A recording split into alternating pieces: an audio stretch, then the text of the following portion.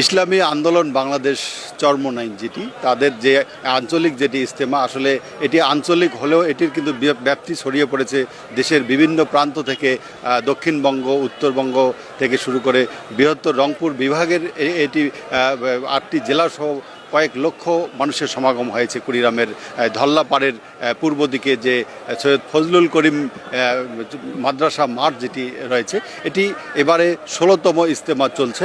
১৬তম ইজতেমা দীর্ঘ ১৫ বছর ধরে প্রতি বছরের ন্যায় এটি পরিচালিত করে আসতেছেন চরমোনাই পীর সাহেব রেজাউল করিম সাহেব। তো এবারে যেটি হয়েছে যে বাংলাদেশের যেটি কুড়িগ্রামের আঞ্চলিক ইজতেমায় যে সমাগম যেটি দেখেছি আমরা, সেখানকার মানুষজন ভোর থেকে ফজরের নামাজের পর থেকেই মানুষজন সমাগম করেছে কুড়িগ্রামের এই ইজতেমা মাঠে।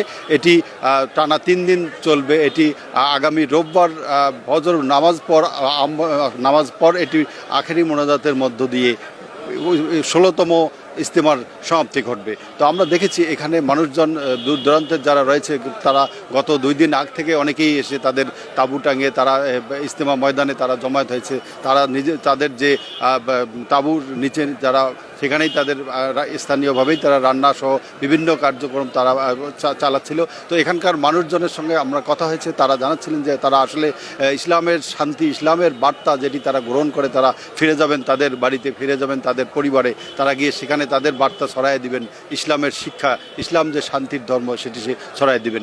তো মানুষজনের সঙ্গে আরও কথা যদি জেনেছি যে তারা বলতেছিল যে আসলে বর্তমান ইসলামের যে দলবল যেটা দল বিভক্ত, যেটি বিশেষ করে তাবলিগ জামাত নিয়ে যেটি বাংলাদেশের বর্তমান যে বিভক্তিটি সেটি আসলে তারা চান না। তারা বলতেছিলেন যে আসলে ইসলাম কখনো বিভক্তি চায় না, এক আল্লাহর ইবাদত সবাই করি, এক আল্লাহকেই সবাই দেখি, যত দল থাকুক সবার কিন্তু একটাই লক্ষ্য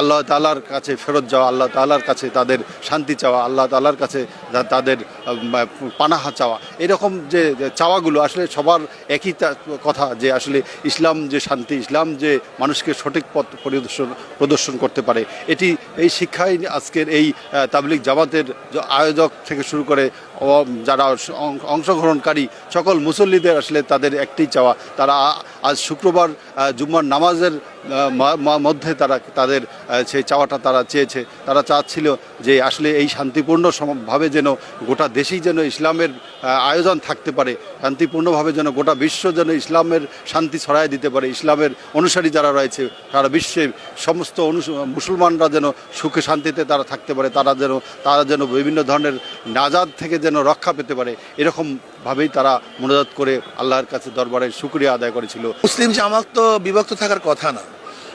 আমি বিশ্বাস করি এর মধ্যে নিচু অনুচর ঢুকছে, ইসলামের কোনো দুশ্মনরা এখানে ঢুকছে, সাবাই গোষ্ঠী যারা আমাদের বিভক্ত করার চেষ্টা করতেছে। এই জন্য আমাদের আরও সতর্ক হওয়া দরকার। আর একটা কথা মনে রাখতে হবে, মানুষের ভুল ভ্রান্তি হতেই পারে, আর ভুল ভ্রান্তি হলে আমাদের কাজটা কি? হক্কানি ওলামায়ে কেরাম আমাদেরকে যেই দিক নির্দেশনা দিবেন সেই অনুযায়ী আমাদের চলা। আমি মনে করি আমাদের মুরব্বীরা দেওবন্দ, যদি আমাদের মধ্যে কোনো ভুল ত্রুটি বিচ্যুতি ঘটে আর দেওবন্দের সমস্ত ওলামায়ে কেরাম ঐক্যবদ্ধভাবে যেই ফয়সালা দেন আমাদের সেই ফয়সালাই মানা উচিত। যদি আমরা এইভাবে মানতে পারি তাহলে ইনশাল্লাহ আমাদের মধ্যে বিভেদ থাকবে না, ঝামেলা থাকবে না। এর জন্য আমি অনুরোধ করব, তাবলিগের মধ্যে যেই 2 গ্রুপ সৃষ্টি হয়েছে, আমার অনুরোধ থাকবে 2 গ্রুপ মিলেমিশে কাজ করেন, তাতে দিনের ফায়দা হবে, ইসলামের ফায়দা হবে। ইজতেমাতে সবসময় আমাদের শায়েকেরা ইসলামের জন্য কথা বলে থাকেন এবং ইসলামের জন্য জাতিকে বুঝিয়ে থাকেন এবং দিনের সহি বুঝ তেনারা জাতির কাছে পৌঁছিয়ে দেন। আমরা এখানে ইজতেমা আসলে আমরা রুহের যেই খোরাকটা, অর্থাৎ রুহের যেই চিকিৎসাটা আমরা এই চরমোনাইয়ের প্রত্যেকটা ইজতেমায় গেলে আমরা পাই।